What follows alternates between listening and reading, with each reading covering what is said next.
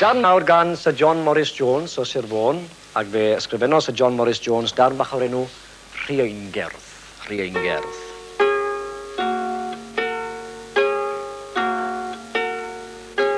Dau lygad disglair fel dwyen sydd ddim hanwylyd i, ond na biem belydra rioed mor fwyn a'i llygad hi.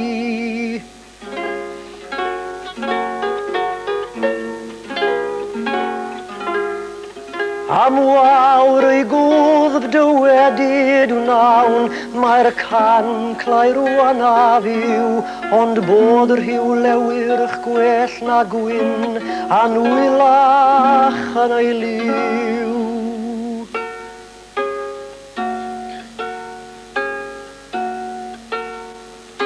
Mae holl dyneraf liwiau'r rhos yn hofran ar ei grudd, mae gwefus fel pe cawsai'i lliw o waed y grawnwyn rhydd.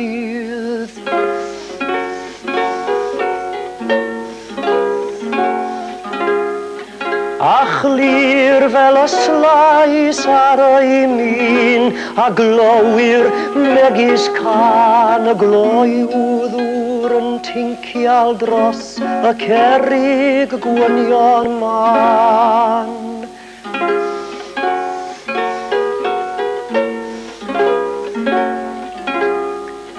A ffystio rwyf neu sŵn yr iaith, wrth lithro dros o'i min, rhoes i'w gwefusau'r lluniau'r dro, a lliw a blas y gwyn.